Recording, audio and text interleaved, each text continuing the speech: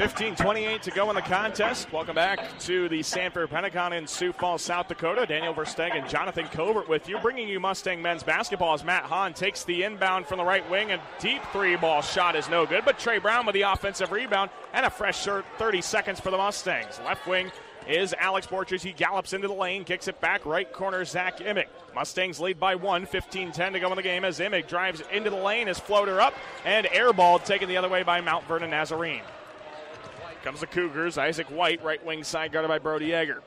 White with it, top of the key. The Cougars are running a set play here. Left wing side, Jacob Paul. He's guarded by Alex Borchers. Passes top of the key, Javon Knox. Right wing side, Isaac White.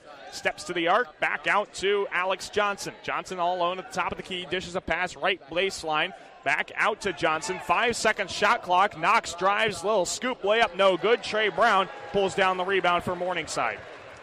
Again, Morningside's lucky. Johnson just didn't stop and pop there. Nobody came out and guarded him. He stood there and had everybody in front of him. Johnson really just passed it off instead. Brody Egger, top of the key. Left wing side, Alex Borchers. 14:22 to go in the game. Mustangs lead by 1, 48-47. Lob pass into Trey Brown to the hoop. Lays it up, and it's good. Trey Brown now with 500 points in his career, and the Mustangs lead by 3, 50-47. Here comes Mount Vernon Nazarene. Right wing side is White. Dishes it corner to Jacob Paul. Back out top of the key, Javon Knox. Gets a screen from Vipperman, and a switch is made with Zach Imig guarding Knox. Left wing side, there's Johnson. A three ball is way strong. Rebound by Alex Borchers. Working it up ahead are the Mustangs. Alex Borchers, right wing side. He'll bring it back out and reset the offense. Checks with Coach Sykes. Gets a play to run. Imig inside Trey Brown. Underneath the hoop. Reverse layup is no good. And the rebound taken by Alex Johnson. Comes Mount Vernon Nazarene. Right wing side, Isaac White. Guarded by Brody Egger tightly. He'll bring it back left wing side to Brett Vipperman. Into the corner. That's Jacob Paul. Drives free throw line. Wild pass to the right corner is tipped out of bounds by Brody Egger. And the Cougars will have the inbound. 13.5 to go in the game and 16 seconds on the shot clock. Really, Morningside's defense has been very impressive here to start the second half. Looking quite a bit better there. Right now they're outscoring the Cougars 11-7 in the second half, but their defense has looked much improved since the first half. Mustangs lead by 3 on the People's Bank scoreboard. 50-47 is our score. 8 seconds on the shot clock for Mount Vernon Nazarene, who checked in Austin Jones, and a reverse layup by Jacob Paul is no good. Gets it back right wing. 3-ball is no good from the wing by Isaac White, and the Mustangs will work it the other way. Example of how the defense has been good is they are forcing the Cougars deep into the shot clock. Hahn cross-court pass, Alex Borchers left wing. 13 minutes to go in the game. Zach Imig right wing side. Back top of the key to Brody Egger. Now inside Alex Borchers. Jabs left, goes right to the hoop. Reverse layup is no good. Trey Brown tips the rebound to Alex Borchers, and a fresh shot clock for Morningside. Hahn, they'll swing it around left wing side to Zach Imig. Fakes the three. Now gets a screen from Trey. Drives baseline to the hoop. Reverse layup is good. What an acrobatic move by Zach Imig. He's got 13, and the Mustangs lead by 5. 12:30 to go in the game. It's 52-47. Your number 1 seeded Mustangs over the number 4 seeded Mount Vernon Nazarene Cougars in the Kramer bracket of the NAIA Division II Men's Basketball National Championship. Here is Javon Knox. He lost handle going up for the layup, and we got a loose ball on the floor. It's rolled out to Austin Jones. He drives inside. Little floaters up off front iron, no good. He's fouled on his putback attempt, and he will have 2 free throws coming up on the foul by Matt Hahn down low. That's Hahn's first and third team. Well, I mean, how lucky was it the way Alex Borchers fell and was able to punch the ball out initially? They almost stole a steal right there, if you will. He just kind of fell backwards, and when his hand landed, it landed and smacked the ball out momentarily. For the Cougars, fortunate they were able to get the ball back. Austin Jones misses his first free throw off back and front iron. He's a 65.5% free throw shooter on the season. Substitution made. Alex Borchers checks out for Pierce Allman. So lineup on the floor for Morningside. It's Pierce Allman, Brody Egger, Zach Imig, Matt Hahn, and Trey Brown for the Mustangs. 3 starters and 2 non-starters. Jones to the free throw line, missed his first. His second is up and off front iron again. Rebound tapped out to Brody Egger. 52-47. Mustangs with a chance to take their largest lead of the evening. Brody Egger, right wing side, hands it off Matt Hahn to the top of the key to Pierce Allman. Little Harlem Globetrotters-esque play there with the dribble handoff as Pierce Allman, right wing side, top of the key Egger. Left wing Imig dishes it inside to his Gretna teammate Trey Brown to the hoop. Reverse layup on the left hand is good. Trey Brown with the bucket, and it's 54-47 Morningside. They continue to go underneath, and we said it at halftime. This is how you're going to win this game. You're going underneath, not forcing the threes. Inside, Brett Vipperman for Mount Vernon Nazarene. He airballs a turnaround jumper just inside the circle. With 11 and a half minutes to go in the contest, the Mustangs have an opportunity for their largest lead. The Mustang faithful in the Pentagon come to their feet as the Mustangs are on offense. Brody Egger hands it off to Hahn. Hahn right wing side. It feels like alley north. Hahn to the hoop. Fakes the shot, back out Imig, thought about a three from straight on, screened by Brown, steps back, little dribble move to the hoop. His layup is denied by Brett Vipperman out of bounds, and the Mustangs will have an inbound with 3 seconds on the shot clock. I'll tell you what, it was really entertaining watching everybody get ready to jump up and down on the shot fake from Imig rather. He didn't get his defender up in the air. He got the entire fans out here up in the air. Inbound pass to Hahn is going to be intercepted with one hand by Jeremiah Roberts. And the Cougars will take the inbound up ahead. 11 minutes to go in the game, and the Cougars have gone from 1 up in the first half at the end of the half to trailing by 7 in the second. Driving in is Brett Vipperman. We got a foul on the floor by Pierce Almond. That's his fourth team foul for the Mustangs. So the team foul total getting a little higher than the Mustangs would like here in the second half. Mount Vernon Nazarene with the inbound, though. White will lob it into the top of the key for Brett Vipperman. Vipperman hands it off left wing side. Javon Knox, little hesitation, dribble, drives inside the circle, loses handle, and a foul's called. They're going to get Trey Brown, I believe, for the foul. That's Trey's first. I beg your pardon, they're going to get Zach Imig for the foul. So that's Zach's third personal foul, and with 13 points, that's a costly foul for Coach Jim Sykes. Well, it'll be interesting to see whether you go ahead and let Imig play until he collects his fourth, because it has been a while since he picked up his third, or whether you're just going to pull him out right now and put somebody else in and save those 2 fouls until later in the game. Tyler Borchers checks back into the game. He's going to sub in for Trey Brown, and the ovation for Trey Brown is very loud here at the Pentagon. I love the amount of fans behind us is almost filled to capacity. Across the way is still very full here in the Pentagon, as the first free throw is good by Javon Knox. The second one is also good.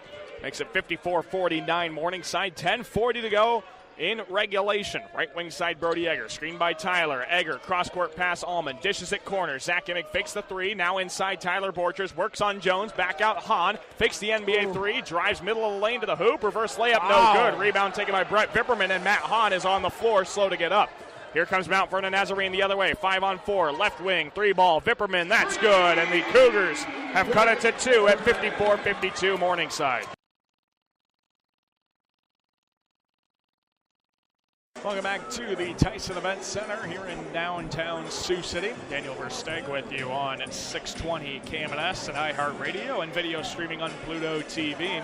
As the Sioux City Bandits lead the Omaha Beef 33-22 here in this home regular season opener for the Bandits. It was Antonio Bray who just rushed it in for the touchdown. It's his third all-purpose touchdown for the Beef. He has been on fire for Omaha, scoring the football, and now we'll see if the Beef defense can continue what their offense has just done. They'll send a low line drive knuckleball kick that's going to bounce to the boards and taken by Cowart to the 15-20, far side to the 25, still on his feet, and he's finally tripped up in Beef territory at the 24-yard line by Drew Prohaska. Prohaska on the stop across midfield. And the Bandits will line up in Beef territory at the 24-yard line with 13:20 to go in quarter number 3.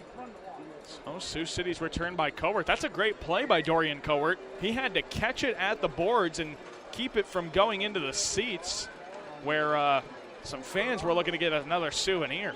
And Cowart turned what would have been a 1st and 10 from inside the 10 to a 1st and 10 at the Beef 24. Murphy lines up under center. 2 receivers go from the far side, near side in motion. They'll pitch it left side, Todd Macon, and Macon is wrapped up, brought down at the 20-yard line. That's a gain of 4 on the play for Macon. He's brought down on the play, I believe. at the boards. Yeah, they're going to mark him down at the 20-yard line. So that'll be 2nd down and 6 to go for Sioux City. Ball at the Beef 20-yard line. Murphy will line up once again under center. 1 receiver set far side, and Andre London, 2 go in motion. They'll take the snap. They'll hand it off to Bruno, and he's brought down at midfield. That's going to be Kwame Bell on the stop at the 23-yard line. It's a loss of 3 on the play.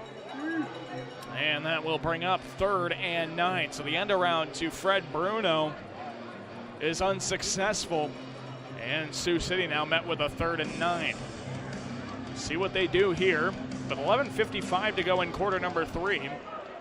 See what kind of play Coach DeGeorgia draws up. Former Bandit quarterback. Here's Murphy lining up in the shotgun. 2 receivers go in motion, and Bruno and Ibarimi. Takes the shotgun snap, drops back, pressure coming, pocket collapsing, dumps a pass off over to the far side, Todd Macon, and Macon is brought down at the 16-yard line. We do have a flag after the play in the backfield, but as of right now, it's a gain of 7 to the 16. And we'll see what the penalty is. I believe it's going to be on Sioux City, and it is. And it is going to be holding on the offense. I believe they got Kenny Trevant, the Briar Cliff alum, a 6'5", 390-pound rookie, who gets whistled for the hold. That's going to back him up 10 yards on the play to the 17. And they have to get all the way to the B 14-yard line for the first down.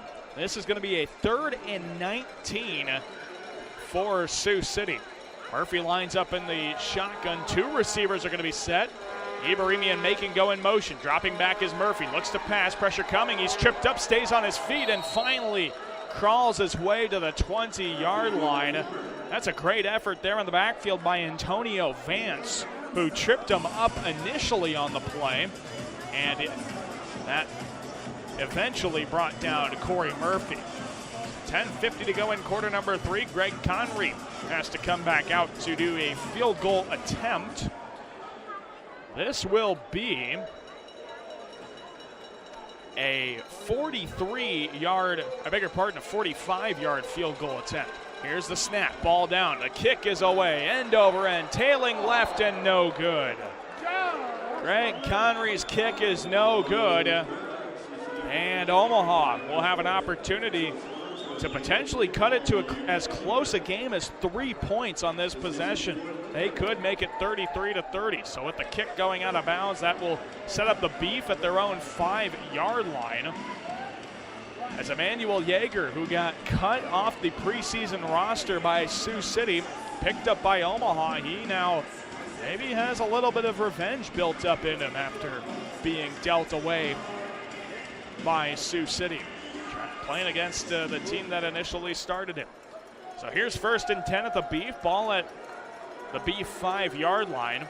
Yeager lines up in the shotgun with his feet on the goal line, sends his receivers in motion, takes the snap, fakes the handoff, keeps it himself right side to the 10. Green to run to the 15 and is upended at the 20-yard line. That's a gain of 15 on the play, and it is enough for a Beef first down. 15-yard carry by Emmanuel Yeager brings up 1st and 10 for the Beef, as they have to get now into Bandit territory to get first down yardage. So just like that, the field gets opened up a whole lot more for Omaha. They are trying to cut this from an 11-point game down to much less. It's 33-22. Sioux City out in front, 9.5 to go in the 3rd quarter. Yeager lines up in the shotgun, sends 2 receivers in motion far side. He'll take the handoff, hand it off to Bray left side. And Bray takes it to across midfield and is finally brought down at the 20. I believe C.J. Jones on the play, and Jones is slow to get up for the Bandits. And back to Mercy Field and Lewis and Clark Park, where the Mustangs and Lancers are deadlocked at nothing apiece at the end of 1 inning. Daniel Versteeg with you here on Fusion 93 KMSC. We are the student radio voice of Morningside College in Sioux City. It's the meat of the order for Mount Marty. Be Mason Townsend, Devin Bell, and Colin Muth, the 4, 5, and 6 hitters due up for the Lancers. Here to start the top of the second, facing Billy Mount, who worked a beautiful 1-2-3 inning to start the contest. It's been a lot of great pitching between these two squads. In the doubleheader on Sunday, of course, the no-hitter. And so far here, the first pitch is ripped into right field and down for a base hit. So Mason Townsend liked the first pitch he saw and laced it to right, and Mount Marty has their first base runner of the contest with Mason Townsend lacing a base knock to right field. Townsend was hitting .356 and was 3 for 5 against Morningside in the doubleheader yesterday. And with the base hit, runner on first, that brings up Devin Bell. Bell, a right fielder, and he's batting .298 to this point in the season. Bell steps in, righty on righty. Mount will be working out of the stretch as Townsend takes his lead off at first. The first delivery is a slow arcing curveball that falls into the zone for strike one. Devin Bell is a 6'5", 215-pound right fielder from Tracy, California.